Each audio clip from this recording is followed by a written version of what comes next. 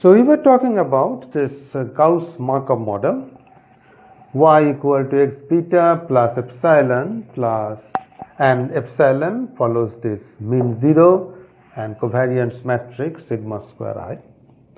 We have learned how to estimate this beta using least square estimator, which we also found is best in certain sense. But when we introduced the Gauss-Markov model, we also introduced a new parameter, that is sigma square. So the natural question is how to estimate that parameter, how to estimate that sigma square parameter. Now, the answer here is slightly more involved and involves a little bit of linear algebra. Now, we shall start by remembering our most useful picture in linear algebra, namely this picture, which is the picture of column space of X. This pink rectangle is the column space of X, and this green arrow, that is the Y vector, that dot is the origin, and we have taken the projection, the orthogonal projection of this Y vector onto column space of X. That gives us this shadow. Basically, we are shining light perpendicularly onto this plane, and when we are shining light, we are getting this shadow, that is the orthogonal projection of Y onto column space of X, which we call Y hat or X beta hat in this notation. Then the residual vector, which is this vector, that gives us an idea about our sigma square, right? Because if sigma square is just 0, in that case this residual vector will not be there. This green arrow will be exactly lying on the column space of X, because Y will be exactly equal to X beta. So it will be a consistent system.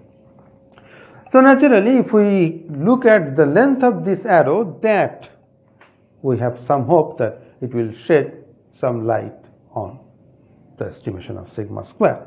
And indeed that is the case, and there is a very elegant and algebraically pleasing form of estimator.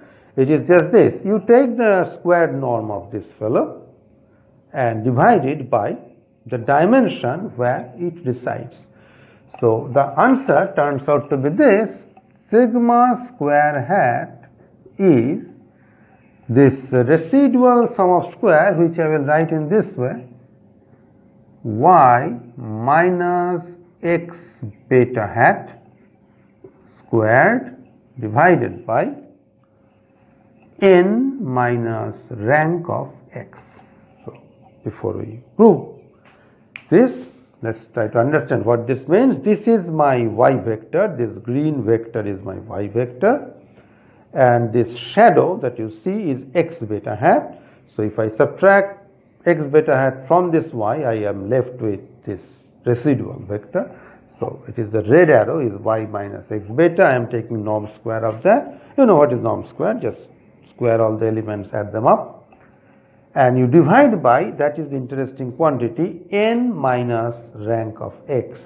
N stands for the dimension of the entire space, so x here is n cross some p, y is n cross 1, so that is the dimension or the length of the data. You have got n observations.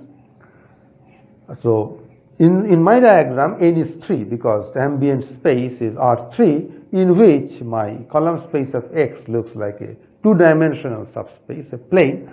So rank of X will be 2, so 3 minus 2, that is 1, and that is indeed, there is only one direction sticking out of it, like the XY plane and the Z direction. So it is the dimension of the orthogonal complement of column space of X, if you like, in linear algebraic terms, and that is this dimension. So this vector is something which is bound to be in the orthogonal complement. Oh, I have made a little mistake. I forgot to put that beta hat. So beta hat is a least square estimator of beta. It need not be unique. I do not care whether it is unique or not. So whatever beta hat I take, x beta hat will always be the same. That will be this line, this red vector. Okay. So I get this